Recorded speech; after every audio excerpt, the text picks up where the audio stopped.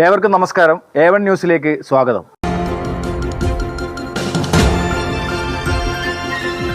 March 8 ലോക വനിതാ ദിനമാണെന്ന് നമുക്ക് എല്ലാവർക്കും അറിയാൻ സാധിക്കുന്നതാണ്. ലോക വനിതാ ദിനത്തിൻ്റെ ഈ 2026 തീം എന്ന് പറയുന്നത് ഗിവ് ടു ഗെയിൻ എന്ന് പറയുന്നതാണ്. അതിൻ്റെ ഭാഗമായി നമ്മൾ ഇന്നുള്ളത് ചെറുപുഴ ഗ്രാമപഞ്ചായത്തിലെ നമ്മുടെ ഹരിത കേരള മിഷൻ്റെ ഭാഗമായി പ്രവർത്തിക്കുന്ന നമ്മുടെ പ്രിയപ്പെട്ട ഹരിതകർമ്മ സേനാംഗങ്ങളോടൊപ്പമാണ്. അപ്പോൾ ചെറുപുഴ ഗ്രാമപഞ്ചായത്തിലെ സജീവമായിട്ട് ഇടപെടുന്ന ഹരിതകർമ്മ സേനാംഗങ്ങളുടെ അവരുടെ സാഹചര്യങ്ങളെയും അവരുടെ പ്രത്യേകതകളെയും കുറിച്ച് നമുക്കൊന്ന് പരിശോധിക്കാം.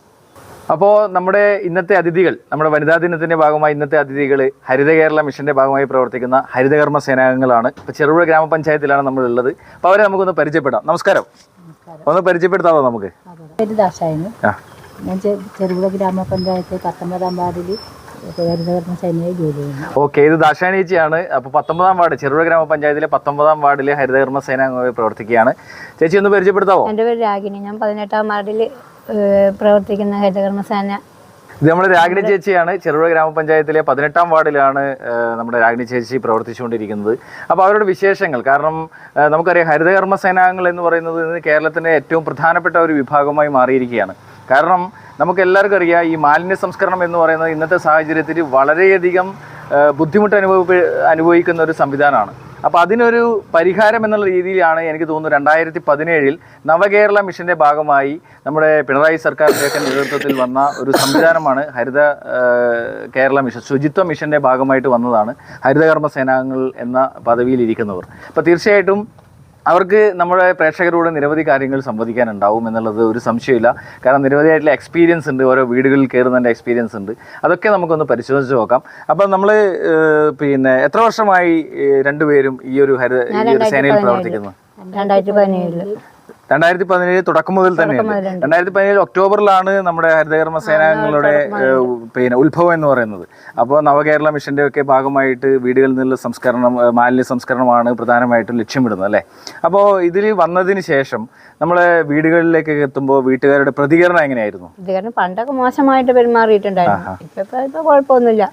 പണ്ട് നമ്മൾ ഇറങ്ങിയപ്പോൾ തുടങ്ങി നമുക്ക് ഒരു മാസം കിട്ടിയത് 2500 രൂപയാണ് നമുക്ക് തുടക്കത്തിൽ കിട്ടിയിരുന്നത്. വേതനമായിട്ട് ലഭിച്ചത് 2500 ഇപ്പൊ നമുക്ക് കിട്ടുന്നുണ്ട്, 10 കിട്ടുന്നുണ്ട്. 14,000 രൂപ വരുന്നുണ്ട്. അത് മാത്രമല്ല നിങ്ങൾക്ക് ആരോഗ്യ ഇൻഷുറൻസ് കാര്യങ്ങളൊക്കെ ഗവൺമെന്റിന്റെ ഭാഗമായിട്ട് ലഭിക്കുന്നുണ്ടല്ലോ അല്ലെ. ജൈവ മാലിന്യങ്ങളായാലും അജൈവ മാലിന്യങ്ങളായാലും നമ്മൾ സംസ്കരിക്കുന്ന ഒരു വിഭാഗം എന്ന് പറയുന്നത് 2017 മുമ്പേ ഭയങ്കര ബുദ്ധിമുട്ട് അനുഭവിക്കുന്ന ഒരു സാഹചര്യമായിരുന്നു. ഇപ്പോൾ പ്ലാസ്റ്റിക്കൊക്കെ കത്തിച്ച് അന്തരീക്ഷ മലിനീകരണം ഉണ്ടാക്കുന്ന സാഹചര്യങ്ങളൊക്കെ ഉണ്ടായിരുന്നു. പക്ഷേ ഇപ്പോൾ ഇതിലൂടെ വന്നതിന് ശേഷം നിങ്ങൾ ഈ കാണുന്ന വീടുകളിൽ നിന്ന് എടുത്ത് ഇത് കൊണ്ടുപോകുമ്പോൾ കാണുന്ന വെച്ചാൽ നിങ്ങളുടെ വീടിൽ നിന്ന് ഇത് എടുക്കുന്നുണ്ടാവുമല്ലോ അല്ലേ. അപ്പോൾ അതിൽ നിന്ന് കിട്ടുന്ന ഒരു ഗുണങ്ങൾ എന്തൊക്കെയാണ് എന്ന് വെച്ച് കഴിഞ്ഞാൽ നമുക്ക് ഇപ്പം അസുഖങ്ങൾ ഇത് കത്തിക്കുമ്പോൾ ക്യാൻസർ മാത്രം ഇതൊക്കെ വരുന്നില്ലേ, ഇപ്പം അതൊക്കെ കുറച്ച് കുറഞ്ഞൊക്കില്ലേ. ഇപ്പം നല്ലൊരു സന്തോഷമൊക്കെ ഉണ്ട് നമുക്ക്. ഇത് നമുക്കിവിടെ ഒരു അതെ അല്ലേ, നല്ലൊരു സേവനമായിട്ട് നമ്മൾ കാണുന്നു. ഈ 2017 മുന്നേ എന്തെങ്കിലും ജോലി എടുത്തിട്ടുണ്ടായിരുന്നോ? എന്തായിരുന്നു? ഞാനിങ്ങനെ മുളക് പൊടി, തുണി അങ്ങനെയെല്ലാം വീടുകളിൽ പോകുന്നുണ്ടായിരുന്നു. വീടുകളിൽ പണിക്ക് പോകുന്നുണ്ടായിരുന്നു. പക്ഷെ അതിലൂടെ കിട്ടുന്ന ഒരു സംതൃപ്തി അല്ലല്ലോ ഇതിലൂടെ ലഭിക്കുന്നത്. കാരണം ഇതിലൂടെ എനിക്ക് തോന്നുന്നു എല്ലാ ദിവസവും നമ്മൾ എൻഗേജ് ആണ് അല്ലെ. എല്ലാ ദിവസവും നമ്മൾ വീടുകളിൽ പോകുന്നു, ആൾക്കാരായിട്ട് സംവദിക്കുന്നു. അതൊരു പുതിയൊരു ഉണർവല്ലേ. ഓരോ ദിവസവും ഓരോ ആൾക്കാരെ നമ്മൾ കാണുവാണ്. അപ്പോൾ അതിലൂടെ നമുക്ക് പുതിയ ഒരു അറിവുകൾ കൂടെ നമുക്ക് ലഭിക്കുകയാണ് അല്ലേ. ജനങ്ങളുമായിട്ടുള്ള ഒരു സമ്പർക്കം കൂടുതലായിട്ട് ഉണ്ടാക്കിയെടുക്കാൻ വേണ്ടി സാധിക്കുന്നുണ്ട് അല്ലേ. ഓക്കെ, നമ്മൾ ശേഖരിക്കുന്നത് നമ്മളിപ്പം പ്ലാസ്റ്റിക് മാലിന്യങ്ങൾ എടുക്കുന്നുണ്ട്. ഓക്കെ, പിന്നെ തുണി മാലിന്യങ്ങൾ, ഓക്കെ, ചെരുപ്പ്, ബാഗ്, കറണ്ടിന്റെ സാധനങ്ങൾ, അങ്ങനെ ഇലക്ട്രിക്കൽ ആയിട്ടുള്ള ഐറ്റംസ് എല്ലാം ഓരോ ടൈമിലായിരുന്നു അല്ലെ എടുക്കുന്നത്. ഓരോ മാസം ഓരോന്നായിട്ട് എടുക്കുന്നുണ്ട് അല്ലേ. Bulb, tube. ഈ എടുത്ത മാലിന്യങ്ങളൊക്കെ നമ്മൾ എവിടെയാണ് സംസ്കരിക്കുന്നത്? അത് നമ്മൾ തിരുവോണം ഏജൻസിക്ക് കൊടുക്കുമല്ലേ. തിരുവോണം ഏജൻസി എന്ന് പറയുന്നത് ഏജൻസിക്കാണ് കൊടുക്കുന്നത് അല്ലേ. നിങ്ങൾ ശേഖരിച്ചിട്ട് എവിടെയാണ് വെക്കുന്നത്? ഞങ്ങൾക്ക് മിനി അൻസേപ്പ് ഉണ്ട്, ഭൂതാനത്തുണ്ട്. കടകളിൽ അങ്ങോട്ട് കൊണ്ടുപോകും. മിനി അൻസേപ്പ് നമുക്ക് നമ്മളെ ഓരോ വാർഡുകളിൽ വെച്ചിട്ടുണ്ട്. അതിനകത്ത് കളക്ട് ചെയ്തിട്ട് അവിടെ നിന്ന് സാധനം നല്ല ഇതാക്കി മാറ്റി. Okay okay okay. ഇപ്പോൾ വീടുകളിൽ നിന്ന് നമ്മൾ സാധനങ്ങൾ എടുക്കുമ്പോൾ ഇപ്പോൾ പാൽ, ഫോർ എക്സാമ്പിൾ പറയുകയാണെങ്കിൽ പാലിന്റെ പാക്കറ്റ് നമ്മൾ കഴുകിയിട്ട് തരണം എന്നാണ് പറയുന്നത് അല്ലേ. അത് എല്ലാം വീടുകളിൽ നിന്ന് വളരെ കൃത്യമായിട്ട് എല്ലാവരും ചെയ്തു വെക്കുന്നുണ്ടോ? ഇനി അഥവാ ചെയ്തു വെക്കുന്നില്ലെങ്കിൽ നമ്മളത് ശേഖരിക്കാറുണ്ടോ, അല്ലാതെ തിരിച്ചവിടെ വെക്കുകയാണോ ചെയ്യുക? ശേഖരിച്ച് നിങ്ങളത് വൃത്തിയാക്കി എടുക്കും അല്ലേ. വളരെ പ്രധാനപ്പെട്ട ഒരു വിഷയമാണ് അത്. ഇല്ല അല്ലേ. കാരണം നമുക്ക് ചിലപ്പോൾ വീടുകളിൽ നിന്ന് എപ്പോഴും ക്ലിയർ ആയിട്ടൊന്നും കിട്ടൂല അല്ലേ. അപ്പോൾ ആ കിട്ടാത്ത സാധനങ്ങൾ നമ്മൾ കൃത്യമായിട്ട് അതിനെ സ്വരൂപിച്ച് അത് പിന്നെ നമ്മൾ ഈ സംസ്കരണ മേഖലയിലേക്ക് മാറ്റാൻ വേണ്ടിയിട്ട് നമ്മൾ സന്നദ്ധമാകുന്നു എന്നുള്ളതാണ്. അപ്പോൾ അവരെ വീട്ടുകാരെ ബുദ്ധിമുട്ടിപ്പിക്കുന്നതായാലും നമ്മൾ കുറക്കുന്നു എന്നുള്ളതാണ് അതിൻ്റെ ഏറ്റവും വലിയ പ്രത്യേകത. അപ്പോൾ അത് ഏറ്റവും വലിയൊരു മനസ്സാണ്. കാരണം എന്ന് വെച്ച് കഴിഞ്ഞാൽ പൊതുവേ പിന്നെ ചിലപ്പോൾ നമുക്ക് ഇഷ്ടപ്പെടാത്ത സാധനങ്ങൾ നമ്മൾ വലിച്ചെറിയുന്ന ഒരു സ്വാഭാവികം നമുക്ക് ഉണ്ടാവും അല്ലേ. പക്ഷെ അതിലൂടെ നമുക്ക് അങ്ങനെ ചെയ്യാനുള്ള ഒരു മനസ്സില്ല. നമ്മളെല്ലാം ശേഖരിക്കുന്നു. ഇനി അഥവാ എന്തെങ്കിലും വിട്ടുവീഴ്ച ഉണ്ടെങ്കിൽ നമ്മൾ ചെയ്യാൻ വേണ്ടി സന്നദ്ധമാവുന്നു എന്നുള്ളതാണ്. നമ്മളിത് തിരിഞ്ഞ് തന്നെ നമ്മൾ തൂക്കി ചിലപ്പോൾ 600-700 കിലോ ഒക്കെ നമ്മൾ ഓരോ മാസം തൂക്കി കൊടുക്കുന്നുണ്ട് തീരുമാന ഏജൻസിക്ക്. ഓക്കെ ഓക്കെ 700 കിലോ വരെ കൊടുക്കുന്നുണ്ട്, 7 കിൻഡൽ വരെ നമ്മൾ കൊടുക്കുന്നുണ്ട് അല്ലേ. ഓക്കെ ഓക്കെ അവരുടെ വണ്ടി വന്ന് അവർ മെഷീനൊക്കെ കൊണ്ടുവന്ന് തൂക്കിയിട്ട് അവർ കൊണ്ടുപോകുന്നു. ഓക്കെ ഓക്കെ അപ്പോൾ ഇന്നത്തെ പ്രത്യേകത എന്ന് പറയുന്നത് നമ്മുടെ ലോക വനിതാ ദിനമാണ് അല്ലേ. അപ്പോൾ അതിൽ അഭിമാനിക്കുന്നില്ലേ? പിന്നെ ഉണ്ട്. ഇപ്പോൾ ഈ സോഷ്യൽ മീഡിയ ഒക്കെ വളർന്നു വരുന്ന സാഹചര്യമാണ്. അപ്പോൾ വനിതാ ദിനത്തിൻ്റെയൊക്കെ പ്രാധാന്യവും പ്രത്യേകതയും ജനങ്ങളിലേക്ക് എത്തിക്കുന്ന ഒരു സാഹചര്യം കൂടിയാണ് ഇപ്പോൾ ഉള്ളത്. പ്രത്യേകിച്ച് 2021 ആവുമ്പോൾ എനിക്ക് തോന്നുന്നു ജനപ്രതിനിധികളായാലും അതുപോലെ സാമൂഹ്യ രംഗത്തായാലും വനിതകളുടെ പ്രാതിനിധ്യം വർദ്ധിച്ചു വരികയാണ്. അതിൻ്റെ ഏറ്റവും വലിയ പ്രത്യേകത എന്ന് പറയുന്നത് നമ്മുടെ കുടുംബശ്രീ അതുപോലെ തന്നെയുള്ള സംവിധാനങ്ങൾ. കുടുംബശ്രീയിൽ അംഗമായിരിക്കും അല്ലേ? കുടുംബശ്രീയിലൂടെ ആയിരിക്കും ഈ ജോലിയിലേക്ക് എത്തിയിട്ടുണ്ടാവും അല്ലേ. ഇപ്പോൾ ഈ തദ്ദേശ ഭരണ നമ്മളെ തെരഞ്ഞെടുപ്പിലൊക്കെ നമ്മൾ കണ്ടില്ലേ, ഭൂരിഭാഗം സ്ത്രീകൾ വന്നതും കുടുംബശ്രീകളിലൂടെയാണ്. അപ്പോൾ വനിതകളുടെ ശാക്തീകരണം കൂടിയാണ് അതിലൂടെയൊക്കെ ഉദ്ദേശിക്കുന്നത് എന്നുള്ളതാണ് മനസ്സിലാക്കുന്നത്.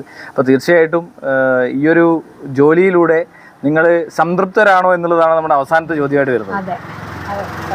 തീർച്ചയായിട്ടും സന്തോഷത്തോടു കൂടിയാണ് നമ്മൾ ശേഖരിക്കുന്നത്. ശരിക്കും സന്തോഷത്തോടുകൂടി നല്ല സന്തോഷത്തോടുകൂടിയാണ്. തീർച്ചയായിട്ടും അത് തന്നെയാണ് ഒരു ജോലിയുടെ ഏറ്റവും വലിയ പ്രത്യേകത, അത് സ്നേഹിക്കുക എന്ന് പറയുന്നതാണ്. ഈ ജോലിക്ക് അഭിമാനമുണ്ടല്ലേ. അപ്പോൾ അത് തന്നെയാണ് നമ്മൾ പ്രത്യേകം ശ്രദ്ധിക്കേണ്ടത്. ഒരുപക്ഷെ പ്ലാസ്റ്റിക് ശേഖരിക്കുന്നവർ പണ്ടൊക്കെ നമ്മൾ പറയോ ഇത് പറക്കികൾ വന്നു എന്നൊക്കെ ആ ഒരു രീതിയിലൊക്കെ പിന്നെ നമ്മൾ ചിലപ്പോൾ പറഞ്ഞിട്ടുണ്ടാവും, കേട്ടിട്ടുണ്ടാവും. പക്ഷെ ഇപ്പോൾ ആ ഒരു ജോലിയെ അതെ ഹരിതകർമ്മസേന എന്ന് പറയുന്ന രീതിയിലേക്കുള്ളൊരു മാറ്റം എന്ന് പറയുന്നത് അത് ഏറ്റവും വലിയ പ്രത്യേകതയാണ്. കാരണം നമ്മുടെ മാലിന്യ സംസ്കരണം ഇന്ന് വളരെ കൃത്യമായിട്ട് നമ്മുടെയൊക്കെ നടപ്പിൽ വരുത്താൻ വേണ്ടി സാധിക്കുന്നതിന് ഏറ്റവും വലിയ തെളിവാണ് അത് സംഭവിക്കുന്നത്. കാരണം ഓരോ ജോലിയും നമ്മളത് ഏറ്റെടുത്ത് സ്നേഹത്തോടു കൂടി ചെയ്യുമ്പോഴാണ് അവിടെ വിജയം ഉണ്ടാവുക, അതിനൊരു സന്തോഷം ഉണ്ടാവും. ഈ കുടുംബവും അതുപോലെ തന്നെ ഈ ഒരു ജോലിയും ഒക്കെ വളരെ സന്തോഷപൂർവ്വം കൊണ്ടുപോകുന്നു എന്നുള്ളതാണ് അതിൻ്റെ ഏറ്റവും വലിയ പ്രത്യേകത. അറിയാമല്ലോ, ഞാൻ ഇപ്പോൾ നേരത്തെ പറഞ്ഞതുപോലെ ഇന്ന് ലോക വനിതാ ദിനമാണ്. അപ്പോൾ ആ വനിതാ ദിനത്തിൻ്റെ എല്ലാവിധ ആശംസകളും നന്മകളും നിങ്ങൾക്കുണ്ടാവട്ടെ. തുടർന്ന് അങ്ങോട്ടും ഈ ഒരു പ്രവർത്തനത്തിൽ വലിയ നേട്ടങ്ങൾ കൊയ്യാൻ വേണ്ടി സാധിക്കട്ടെ. ഒരുപക്ഷെ ഗവൺമെൻറ്റിൻ്റെയൊക്കെ ഇതുണ്ടല്ലോ, മികച്ച പ്രവർത്തനം ചെയ്യുന്നവർക്ക് പാരിതോഷികങ്ങളും മെമൻറ്റോസൊക്കെ കൊടുക്കുന്നുണ്ട് എന്നുള്ളത് നമുക്ക് മനസ്സിലാക്കാൻ വേണ്ടി സാധിച്ചിട്ടുണ്ട്. അതിലേക്ക് എത്തിച്ചേരാൻ വേണ്ടി നമ്മുടെ ഈ ഭാഗത്ത് നിന്ന് ആരെങ്കിലും വന്നിട്ടുണ്ടോ? ഇല്ല. അപ്പോൾ അതിലേക്ക് എത്തിച്ചേരാൻ വേണ്ടി നിങ്ങൾക്ക് സാധിക്കട്ടെ. നല്ല പെരുമാറ്റത്തിലൂടെയും നല്ല സ്നേഹത്തിലൂടെയും തുടർന്ന് ഈ ഒരു പ്രവർത്തനം മുന്നോട്ട് പോകാൻ വേണ്ടി നിങ്ങൾക്കാകട്ടെ. ഒരിക്കൽ കൂടി വനിതാ ദിന ആശംസകൾ നേർന്നുകൊണ്ട് നമ്മുടെ A1 ന്യൂസിന് വേണ്ടിയിട്ടാണ് നമ്മൾ ഈ ഒരു വീഡിയോ ചെയ്തിട്ടുള്ളത്. അതോടൊപ്പം തന്നെ തുടർന്ന് അങ്ങോട്ടും ഇവർക്ക് നല്ല വിജയങ്ങൾ ഉണ്ടാവട്ടെ എന്ന് ആത്മാർത്ഥമായി പ്രാർത്ഥിച്ചുകൊണ്ട് ആഗ്രഹിച്ചുകൊണ്ട് നമുക്ക് നിർത്താം. Thank you very much. ആഘോഷവേളകളെ അവിസ്മരണീയമാക്കാൻ ആർഭാടങ്ങളിലെ അണിയലങ്ങളുമായി പൊന്നിന്റെ കലവറ. മാറുന്ന കാലത്തിൽ മാറ്റത്തിന്റെ രുചിയറിയുന്ന വൈവിധ്യങ്ങളുടെ സ്വർണ്ണശേഖരവുമായി മലയോരത്തിന്റെ തിലകക്കുറി. സ്വർണ്ണ വ്യാപാര രംഗത്ത് 25 വർഷത്തെ മഹത്തായ സേവന പാരമ്പര്യം. നവീന രീതിയിലുള്ള ഡിസൈനുകൾ, വിപുലമായ ശേഖരം, വിശ്വസ്തത. മലയോരത്തിന്റെ മനസ്സറിഞ്ഞ ഷോറൂം. സോനാങ്കോട്, ചെറുപുഴ, പാടിയൊട്ടിച്ചാൽ, ആലക്കോട് ആൻഡ് വെള്ളരിക്കുണ്ട്.